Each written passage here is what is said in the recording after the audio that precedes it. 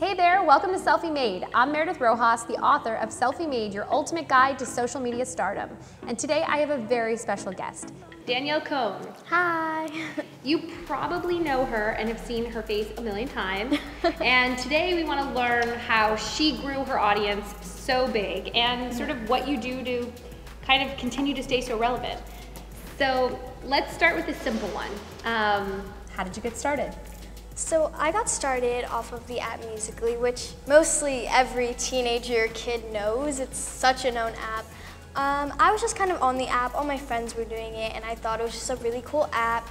And I kind of got started off of the Don't Judge Me challenge. Do you know what that is? Yes, but tell, in case, I'm sure everyone knows, but just in case they don't know, tell the viewers what that is. So the Don't Judge Me challenge was a challenge where you would put paint all over your face, put your hair up in this weird hairstyle, make yourself just look really weird, and then you would pause the camera and come out and look really good or something. And I didn't, everyone was doing it on Instagram, and I was asking my friends, I was like, how are you guys doing that? How do you guys pause it? Because at the time, you couldn't pause your video on Instagram or anything like that. You couldn't do that on Snapchat. I was like, how are you guys doing that? They're like, oh, this app Musical.ly, and I was like, what? You're like, what is that? I was like, can you show me how to do it? I got on the app, had no idea what I was doing, made my first one, was like this, somehow I came back, no pause, just fine. And then my friends were like, that's not how you do it. I was like, what? How do I do it then? So then they made me do it again, and then I just I knew how to use the app, so I just kept posting every once in a while, just videos of me lip singing. Yeah, so what's the trick to making a really good Musical.ly? I don't know, because I don't, when I look at myself, I just think I'm doing a normal Musical.ly, but other people don't think that of me. They think my Musical.lys are so good and stuff. And I would just say the things that I do in my Musical.lys, and I've heard a lot of feedback when people react to them and stuff, is that I'm always positive in them, and I can be doing a sad song and somehow I'll make myself look happy in that. Even on days where I'm not even happy or not in a good mood, I always make sure that I look happy in that.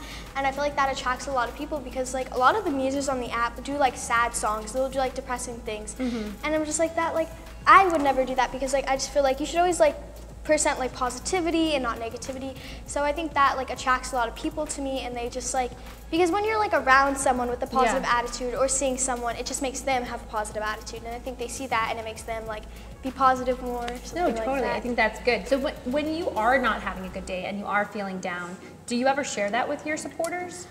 I have in personal DMs, but I don't like to share it on a mass level. Yeah. I mean, if they ask me how I'm doing, I'll tell them, because I like to have an open relationship with my fans. I like to tell them everything. I want them to feel they're my family and not just a bunch of kids who follow me. And I think that's really important for everyone to do. But I don't really share it, because if I was to share it, I feel that would make me look I'm looking for attention, and people saying oh my God, Danny, are you okay? Can we do anything to help? And I'm just not that type of person. I would rather make other people feel good and make them happy, instead of them always worrying about how I feel. So right now you probably have more than the last time I checked, but is it how many followers? Right now I have 11.1 million. Oh my gosh. And on Instagram I have 2.4. Whoa. So, and then I'm sure on the other platforms too. So the aggregate number is what, probably 16, 15, somewhere in there? Yeah.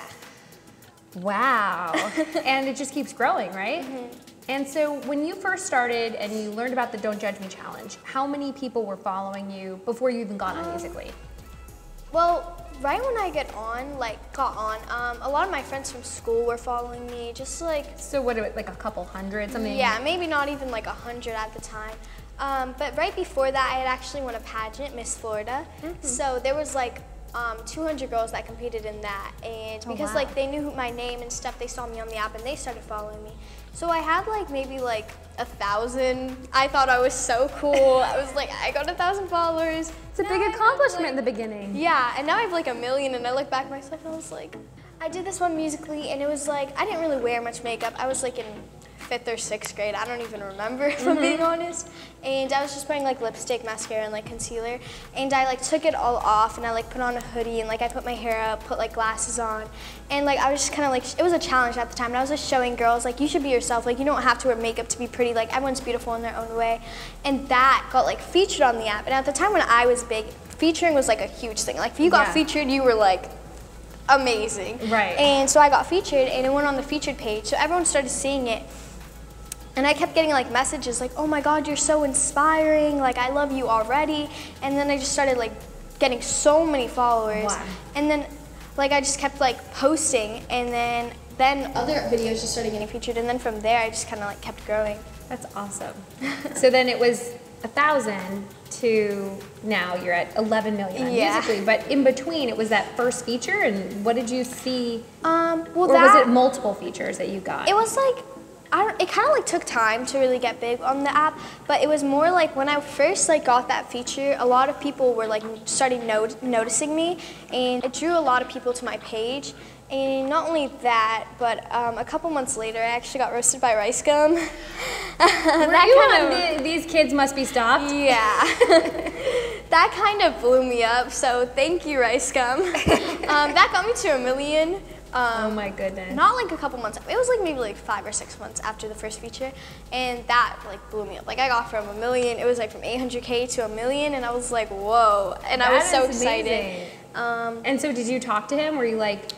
I mean, I've talked to him now. Like, I've seen him at playlists and stuff, but like, when he first did it, I was so scared of him. I was like, oh my God, he probably hates me. Were you offended, or? I wasn't offended. I laughed so hard when I watched it. I was like dying. And to this day, I still watch it, and I'll like die watching it because I think it's so funny.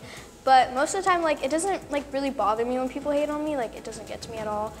It's part of the territory, right? Yeah. I mean, everyone that's watching this, I would assume, there's probably like lots of your fans, but also it's people who want to learn how to be better creators, what it means and what it takes to be an influencer. And so they want to understand, you know, how you can get from, you know, 1,000 is an accomplishment. Like, how do you get from that milestone to the next milestone to eventually, you know, if they're lucky, to your status, which, you know, it takes time, but like there are things along the way that kind of give you those boosts, if you will, and help you achieve, you know, greater heights. So getting roasted actually, you know, served to benefit you. You had the last laugh, right? Yeah. You're still laughing. There you go. Subscribe to this channel for weekly videos with interviews from your favorite social media stars talking about how they broke through and some of their best tips and tricks that they've never shared before.